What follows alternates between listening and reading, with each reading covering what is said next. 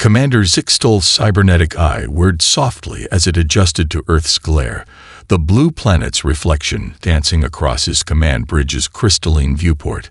His crew worked in practiced silence, their scaled fingers gliding over holographic displays as they maintained their quantum cloak. The massive fleet hung invisible above the planet, their presence masked from the primitive scanning technologies below. "Another backwards world," Zixtol muttered, his secondary heart beating slowly with boredom. The neural implant at the base of his skull calculated a 99.8% chance of successful conquest, based on thousands of variables ranging from the planet's fractured political structure to their laughably outdated space presence. "Commander," First Officer Vera 6 approached, her ceremonial armor clicking against the polished deck. "Initial scans complete. They're still burning hydrocarbons for energy. Most of their weapon systems rely on chemical propellants. Their most advanced AI appears to be used primarily for suggesting entertainment videos." Zixtol's lip curled in amusement. "Prepare the standard invasion package. Pattern Sigma 7 should suffice." It was the simplest of their conquest protocols, designed for civilizations barely capable of reaching their own moon. A junior officer interrupted, his scales flushed with a green tinge of concern. "Sir, Analysis Division reports an anomaly." "Speak." "Their defense patterns, sir. They're inconsistent. We're detecting military installations, but they don't follow any logical deployment strategy we've ever encountered. Some are obvious, almost deliberately so. Others—" He paused, mandibles clicking nervously. "Others seem to appear and disappear from our scans." Zixtol turned all three eyes toward the officer. "Explain." "We can't, sir." It's as if the officer's tail twitched, as if someone is expecting us. The commander's cybernetic eye zoomed in on a particular spot on Earth's surface, where a massive satellite dish pointed skyward. According to their intelligence, it was for something called radio astronomy. But the energy signatures, they didn't quite match the official documentation. "Sir," Vera 6 interjected, "we're detecting unusual data patterns in their global information network. Their encryption shouldn't be sophisticated enough to challenge our systems. But we can't crack it. It's not that the encryption is advanced, it's that it appears to be randomly shifting. No pattern we can discern." Zixtol felt his scales ripple with the first hint of unease. In 3 centuries of conquest, he'd never encountered a species that could challenge their quantum computer's decryption capabilities. Even if it was just a small portion of their network traffic, it shouldn't be possible. "Launch the probe," he ordered. Standard procedure called for atmospheric testing before committing the fleet. Single unit, full stealth protocol. The probe descended silently through Earth's atmosphere, its sensors gathering data on everything from air composition to electromagnetic anomalies. As it passed over what their maps identified as Nebraska, all contact was lost. "Malfunction," Zixtol demanded.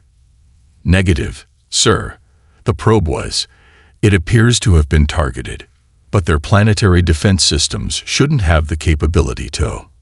"Launch a second probe. Different trajectory."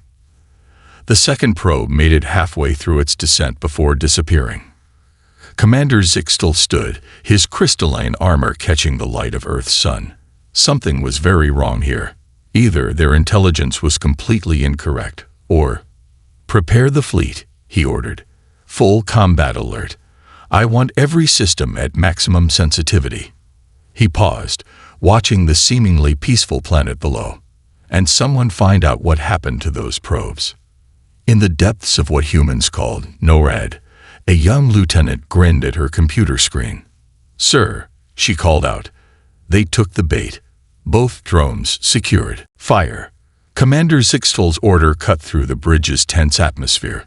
3 precision energy lances, each capable of vaporizing a small moon, struck Earth's largest power distribution center simultaneously. New York, London, and Tokyo should have gone dark instantly.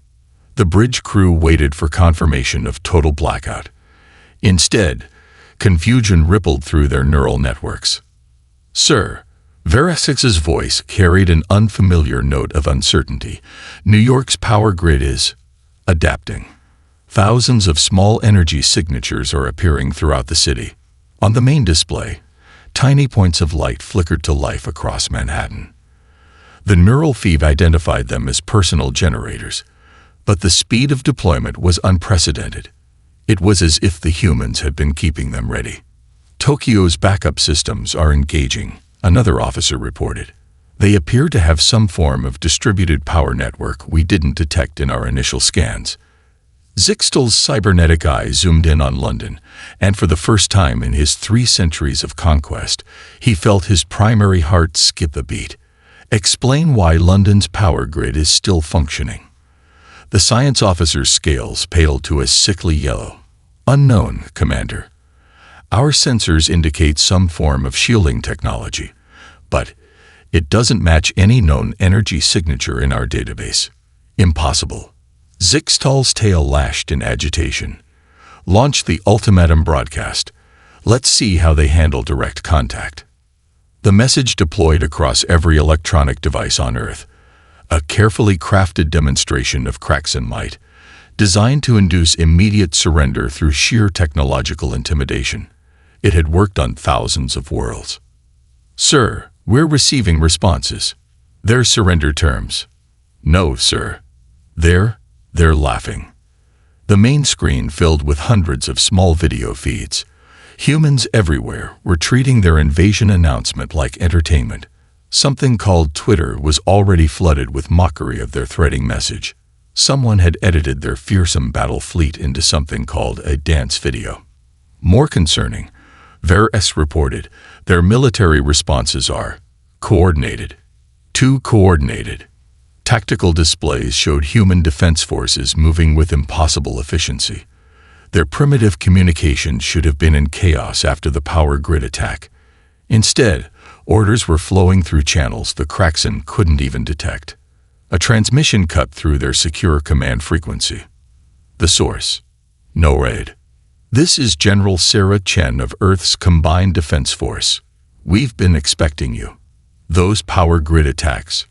We've had countermeasures in place since we reversed engineered your probe's technology." "Yes, both probes. Would you like to discuss terms, or should we demonstrate what else we've learned?" Zixtal's bridge crew froze. "Reversed engineered. In mere hours." "Sir," the science officer's voice shook, "we're detecting energy buildups at multiple points across their planet. The signatures, they match our own weapon systems." On the surface below, humans continued their daily routines, their cities bright and defiant. In London, the mysterious shielding technology had not only protected their power grid, but was now spreading, a rippling barrier of energy that their sensors couldn't penetrate. "They're not acting like a species facing extinction," Veres observed quietly. "They're acting like they've been preparing for this." A new message flashed across their command screens. "BT Go. Love what you did with the quantum cloaking. We made some improvements. Check your 6. Zixtal spun around just as the sensors finally detected the human ships that had somehow slipped through their perimeter, using cloaking technology that shouldn't exist on this world. His third heart began to beat, something that only happened in moments of extreme stress. Perhaps, he realized, that 99.8% conquest probability had been missing some crucial variables. The Kraxan battlecruiser Inevitable Conquest shuddered as its navigation systems went haywire. Captain Nexri watched in horror as her ship's quantum computers rejected every override command. The massive vessel, pride of the Third Fleet, plunged toward Earth's Pacific Ocean. "Get me Commander Zixtal," she barked, but the communication systems only responded with something called, "Never gonna give you up," playing on repeat. The impact sent waves 200 feet high crashing against distant shores. As rescue pods ejected from the sinking vessel, the ship's final transmission wasn't a distress signal. It was a string of human emojis. On the flagship's bridge, Commander Zixtal received reports of 3 more ships experiencing similar malfunctions. His neural implant throbbed with error messages as it tried to process the impossible. Humans were hacking technology they shouldn't even be able to understand. "Sir," Veresex's voice carried barely controlled panic. "We're detecting intrusions across all systems. They're not just breaking through our encryptions. They're walking through them like they don't even exist." The main display flickered, and a message appeared across every screen in the fleet. "Thanks for the backdoor. We've been playing Cyberpunk 2077 for years. Your security is cute." In a basement in Seoul, Park Min-ji high-fived her team of former pro gamers.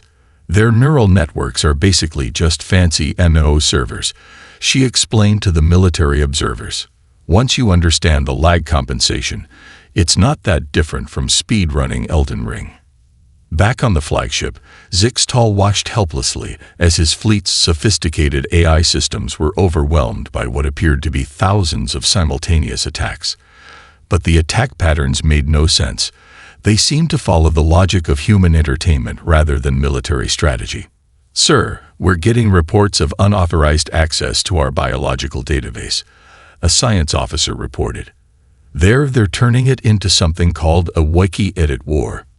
The Kraxen's most secure databases were being transformed into collaborative documents, with humans arguing over proper formatting and citation needs. Somehow, this chaos was more effective than any organized cyber attack they'd ever encountered. "Shut down all non-essential systems," Zixtal ordered. "Isolate the command networks." "We can't, sir." The officer's scales blanched. "They're in our quantum processors. They're using our own computational power to run something called Discord servers." In a secret facility beneath MIT, Dr. Sarah Wong explained to her colleagues. "Their quantum encryption assumed we try to break it. Instead, we just convinced it we were part of the system. Turns out AIs are pretty susceptible to gaslighting." The Kraxen fleet hung in orbit, their most advanced systems reduced to hosting human chat rooms and gaming servers. Every attempt to regain control was met with more bizarre human internet phenomena. Their tactical displays were overrun with cat videos. Their weapon targeting systems were playing something called Among Us, and their long-range scanners were being used to mine cryptocurrency. A final message appeared on Zixtal's personal neural feed. "Bitito, while you were distracted by all this, we downloaded your entire technical database. Thanks. P.S. Your antivirus is now running Doom." The commander stared at Earth below, finally understanding. They hadn't just underestimated human technology. They'd underestimated human creativity. Their perfect, logical systems were helpless against an enemy that turned warfare into entertainment and chaos into strategy. In his private quarters, a junior officer secretly logged into something called Twitter through his neural implant. These humans were terrifying, yes, but their memes were absolutely worth the court-martial. The bioweapon deployment over Beijing should have been the Kraxen's moment of triumph. Instead, Commander Zixtal watched in disbelief as his most devastating weapon produced nothing more than a wave of mild sneezing. "Explain," he demanded, all three eyes fixed on the science officer. "Sir, their digestive systems are extraordinary." The officer's scales shifted nervously as he brought up detailed scans. "The average human gut contains billions of microorganisms. They've been consuming fermented foods, street vendor meals, and something called gas station sushi for generations. Their microbiome is practically weaponized already." In a makeshift lab beneath Beijing's streets, Dr. Lu Wei peered through a microscope at the alien pathogen. "Fascinating," she muttered. "Their bioweapon never encountered lactobacillus before. The bacteria from our yogurt is literally eating it." Her colleague, Dr. Zhang, looked up from a different sample. "You should see what the bacteria from stinky tofu does to it. Almost feel bad for the aliens." Above the city, Kraxen sensors detected no mass casualties, no panic, not even a significant increase in hospital visits. Instead, street vendors were doing record business as locals discovered that spicy hot pot seemed to grant complete immunity to the alien toxins. "Sir," Veris reported, "We're detecting unusual activity from their medical research facilities." On the main screen, data streamed in from human research centers worldwide. The CDC in Atlanta, the Pasteur Institute in Paris, labs in Mumbai, Cape Town, and Sao Paulo, all working in concert, sharing data at speeds that shouldn't have been possible through their primitive networks. They're not just surviving our weapon, the science officer realized with growing horror. They're adapting it. In Atlanta, Dr. Maria Rodriguez held up a vial of modified rhinovirus. "We just gave the common cold some upgrades using the alien pathogen's own genetic material. Who's ready to test our new delivery system?" The Kraxen's Biological Warfare Division raised alarms as their sensors detected a new pathogen spreading through their fleet's air filtration systems. The first symptoms appeared within hours: uncontrollable sneezing that their artificial gravity systems interpreted as attacks, sending affected crew members bouncing off ceilings. "Disable the gravity controls," Zixtal ordered, but it was too late. The scene repeated across hundreds of ships. Elite Kraxen warriors floating helplessly, victims of what humans called the sniffles. "Sir," a junior officer reported between sneezes, "the humans are broadcasting again. They're offering to send chicken soup." In her lab, Dr. Liu smiled as she watched the Kraxen fleet's erratic movements. "We should thank them. Really, their bioweapon helped us understand their biology better than years of peaceful research could have. Shall we show them what else we've learned?" The next wave came from probiotics cultured in Korean kimchi, engineered to target the Kraxen's enhanced digestive systems. Entire battalions of invasion troops found themselves requesting emergency bathroom breaks. The fearsome warriors who had conquered 1,000 worlds were being defeated by bacteria humans had been living with since childhood. Commander Zixtal, fighting back his own symptoms, received the final insult: a transmission from Earth's scientific community thanking the Kraxen for their invaluable contribution to human microbiological research and offering to share their bacterial cultures as a gesture of goodwill. Perhaps, he admitted, watching another battlecruiser perform an impromptu dance as its crew battled gravity and gastrointestinal distress simultaneously, we should have studied their dietary habits more carefully before attempting biological warfare.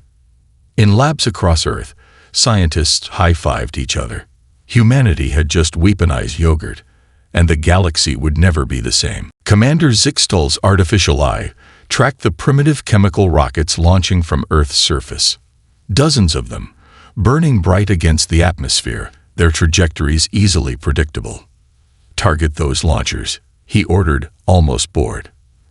After the biological warfare debacle, a simple point defense exercise would boost crew morale. "Sir," Veris called out, "these trajectories, they don't match any known military doctrine." The rockets weren't targeting their fleet. Instead, they spread out in seemingly random patterns, some even appearing to chase each other's exhaust trails. "Decoys," Zixtal realized too late.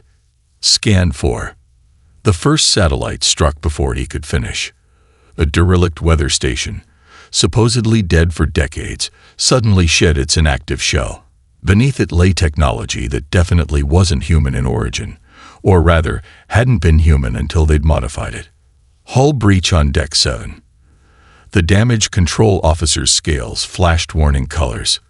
"They've weaponized our own debris." In Houston's hidden bunker, Flight Director Chen watched her display with satisfaction. "Recovery team really outdid themselves. Those alien probe parts we salvaged. Perfect fit for our old satellites." The Kraxen fleet scattered, their perfect formation breaking as more dead satellites revealed themselves. Human space junk, accumulated over decades of exploration, transformed into an orbital minefield. "Sir, incoming transmission from Houston. Check your 6. Zixtal spun around just as the lunar surface erupted. What they'd dismissed as abandoned Apollo mission sites concealed state-of-the-art launch facilities. A new wave of rockets emerged, these powered by hybrid engines reverse-engineered from Kraxen technology. "They've been playing us," Varys whispered. All those primitive launches, the outdated satellites, were a shield. Zixtal finished, hiding their real capabilities in plain sight. In low Earth orbit, SpaceX's secret fleet finally revealed itself. Rockets that the Kraxan had classified as crude chemical propulsion dropped their shielding, revealing quantum drive signatures. Elon Musk's latest tweet flashed across their screens. Alien tech. Nice upgrade. Thanks for the inspiration. #HumanityFY. The commander watched in stunned silence as human vessels executed maneuvers that should have been impossible for their level of technology. They weren't just copying Kraxan tactics, they were improving them. Sir, they're using the Earth's magnetic field too. The tactical officer paused, bewildered. They're surfing it, literally riding the planet's electromagnetic waves to boost their attack speeds. In her command chair aboard the HMS Hawking, Captain Sarah Jones grinned. Turns out those space weather studies weren't just for satellites. Ready for the final. The International Space Station, which the Kraxan had dismissed as primitive, began to move. Its solar panels, secretly reinforced with alien metallurgy, transformed into energy-focusing arrays. The station's true purpose revealed itself. Humanity's first orbital defense platform. Target locked, the ISS commander reported. Time to show them why we spent so much time studying zero-gravity physics. The blast caught the Kraxan fleet in a crossfire between the transformed ISS and the lunar bases. Human vessels danced through the chaos, using maneuvers born from decades of simulations and games. In his command chair, Zixtal finally understood. While his people had mastered linear space combat, humans had been thinking in 3 dimensions all along. They hadn't just been exploring space, they'd been preparing to defend it. Sir, Varys reported grimly, they've started broadcasting something called the Art of War to our cultural databases. I believe they're trying to teach us. The commander watched Earth's combined fleet advance, their formations unlike anything in his tactical database. Perhaps, he admitted, we should take notes. In the Kraxan flagship's war room, the Psychological Warfare Division prepared their masterstroke. Commander Zixtal authorized the release of their most terrifying combat footage. Elite Kraxan warriors decimating entire armies, world-ending weapons reducing planets to ash, and the grotesque mutations their bioweapons could inflict. This will break them, the SEOP's chief assured, his scales gleaming with confidence. 6 hours later, Zixtal stared at his screen in bewilderment.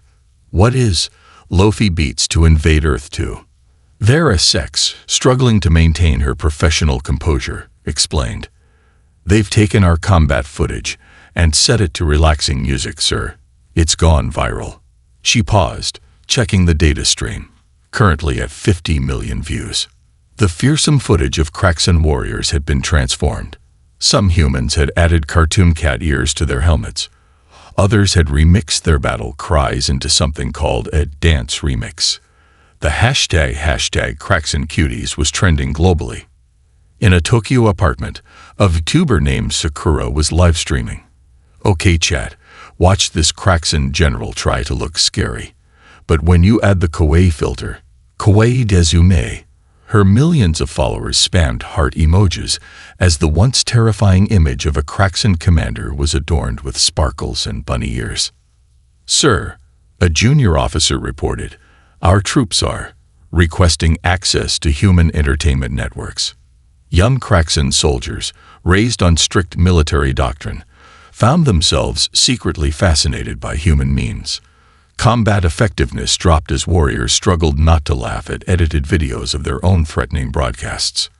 In a secured facility in Singapore, Lieutenant Raj coordinated the Memetic Warfare Division. Remember, we're not just making jokes, we're weaponizing their cultural rigidity. Every meme that makes them question their superiority is a victory.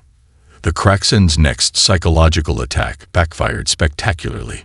Their footage of planet-killing weapons was immediately turned into reaction GIFs. Their fearsome battle hymn was auto-tuned and became a TikTok dance challenge.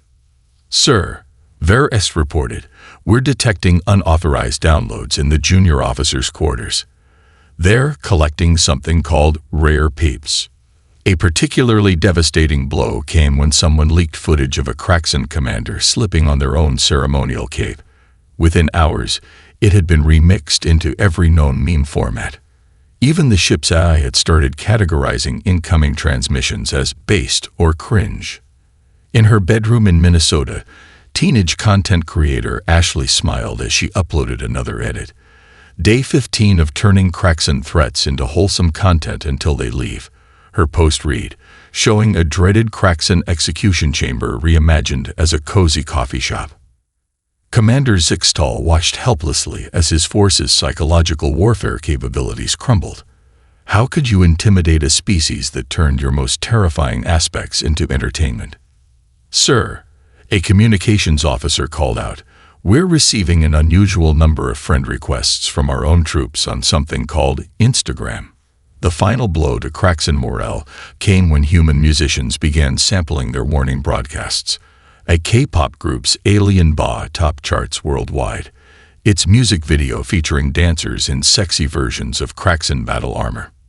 In his quarters, Zixtal discovered his own image had become a meme format. When you try to conquer Earth but they turn you into marketable plushies. He didn't understand the joke, but for the first time in his military career, he felt an unfamiliar sensation, the urge to laugh. "Perhaps," he muttered, watching another wave of memes flood their cultural databases, "we should have studied their entertainment networks more carefully before attempting psychological warfare." Commander Zixtal's latest tactical assault should have been perfect. Drop troops into Brazil's largest city, establish a beachhead, and finally secure a ground presence on this maddening planet. Their sensors showed minimal military presence in Sao Paulo. What the sensors failed to detect was carnival. "Sir," Veres reported, her voice strained with confusion, "our ground forces can't establish target locks. There's too much glitter." The streets exploded with color and sound. Samba schools, already prepared for the festival, turned their parade floats into mobile defense platforms. Dancers in spectacular costumes swarmed through Kraxan formations, their sequined outfits playing havoc with targeting systems calibrated for military uniforms. They're using their chaos as camouflage, Zixtal realized too late. A parade float shaped like a giant toucan opened its beak, revealing a repurposed Kraxan energy cannon. The shot wasn't particularly accurate, but accuracy hardly mattered when your target was distracted by a wave of carnival goers armed with modified alien tech hidden in their costumes. Meanwhile, in Russia, the Kraxans' northern offensive encountered an equally unexpected resistance. The Babushkas. "Status report," Zixtal demanded. "Sir, our troops in Moscow are incapacitated. The local elderly females are force-feeding them something called borscht, enhanced with salvaged components from our own nutrient synthesizers. The Kraxans' enhanced metabolism, designed for peak combat efficiency, proved helpless against traditional Russian home cooking augmented with alien technology. Entire squads were rendered combat ineffective, tucked into beds by grandmother-age resistance fighters who insisted they were too skinny." In Australia, the situation was even more dire. "Command, be advised." A panicked field officer transmitted, "The local wildlife appears to be organized."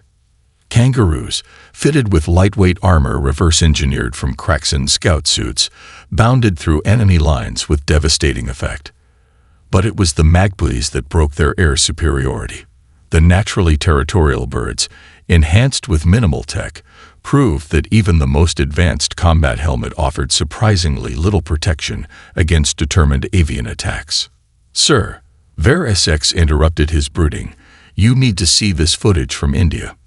The main screen showed their elite shock troops retreating in chaos from what appeared to be a wedding procession.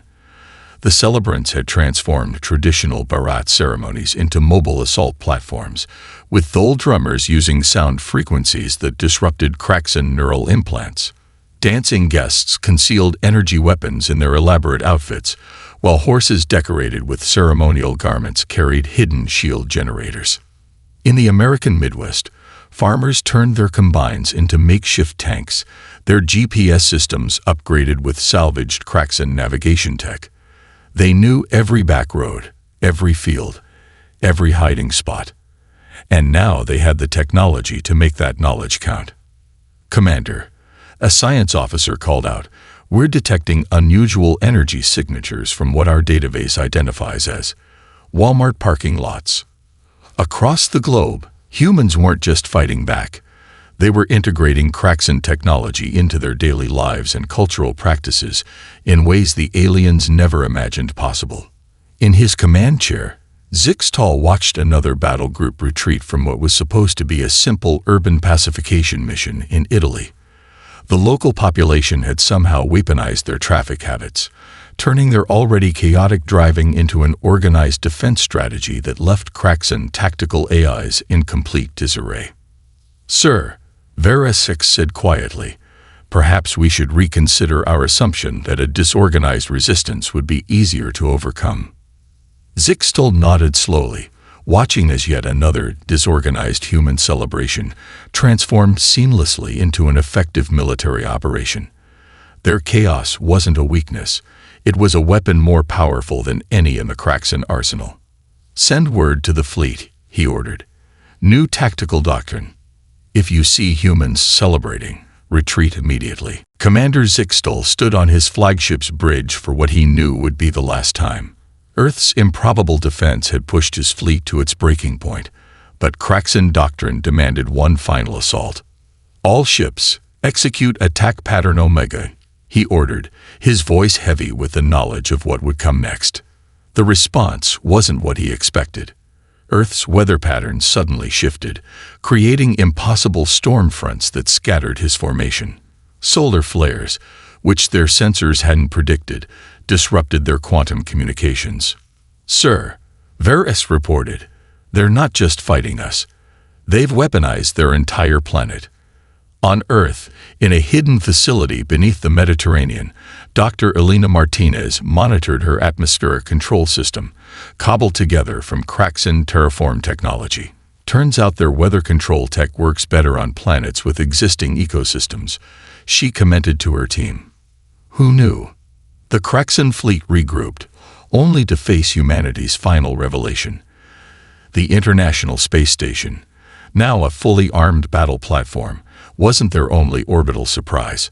Thousands of microsatellites, previously dismissed as space junk, activated simultaneously. "They've created a planetary defense grid," Zixtal realized, watching the network come online. "Using our own technology against us." Each satellite combined human ingenuity with reverse-engineered Kraxan tech. Solar panels transformed into energy weapons, communication arrays became shield generators, and simple thrusters evolved into quantum drives. In Geneva, the newly formed Earth Defense Council made their final transmission to the Kraxan fleet. The message came simultaneously in every human language in the Kraxan's own dialect. "You came expecting to find a primitive, divided species. Instead, you gave us the one thing we needed to truly unite, a common challenge. We're not interested in surrender, yours or ours, but we are willing to offer something unprecedented, an invitation." Zixtal's artificial eye focused on the transmission source. "Explain. Your technology helped us advance centuries in mere weeks.